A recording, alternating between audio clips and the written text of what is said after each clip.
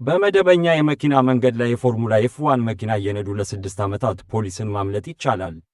በቼክ ሪፑብሊክ ለዓመታት ሲፈለግ የነበረው ሚስጥራዊ አሽከርካሪ በመጨረሻ በቁጥጥር ስር ውሏል። ታሪኩ ግን እጅግ አስገራሚ ነው። ነገሩ የተጀመረው በ2019 ነው። አንድ በቪዲዮ የተቀረጸ ምስል ሚስጥራዊ አሽከርካሪ በቼክ አውራ ጎዳናዎች ላይ በከፍተኛ ፍጥነት ሲበረር አሳየ።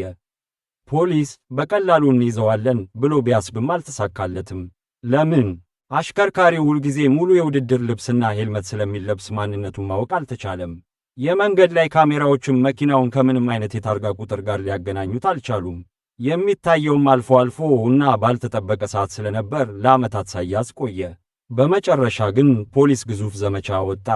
20 የፖሊስ መኪኖች ተሰማርተው መኪናውን በቁጥጥር ስር አዋሉት።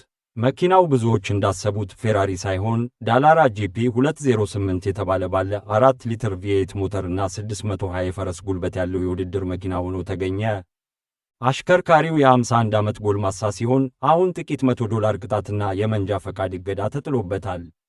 ለ6 ዓመታት ድብብቆሽ ሲጫወት የነበረው አሽከርካሪ አሁንም በድጋሚ ሞክረው ይሆን? እናንተ ብትሆኑ እንዲህ ያለውን መኪና መንገድ ላይ ብታዩ ምን ታደርጉ ነበር? ፖሊስ ለ6 ዓመት አለመያዙ ይገርማል። ሐሳባችሁን በኮሜንት አጋሩኝ። ለተጨማሪ አስገራሚ ታሪኮች ፎሎ ማድረጋችሁን እንዳትረሱ።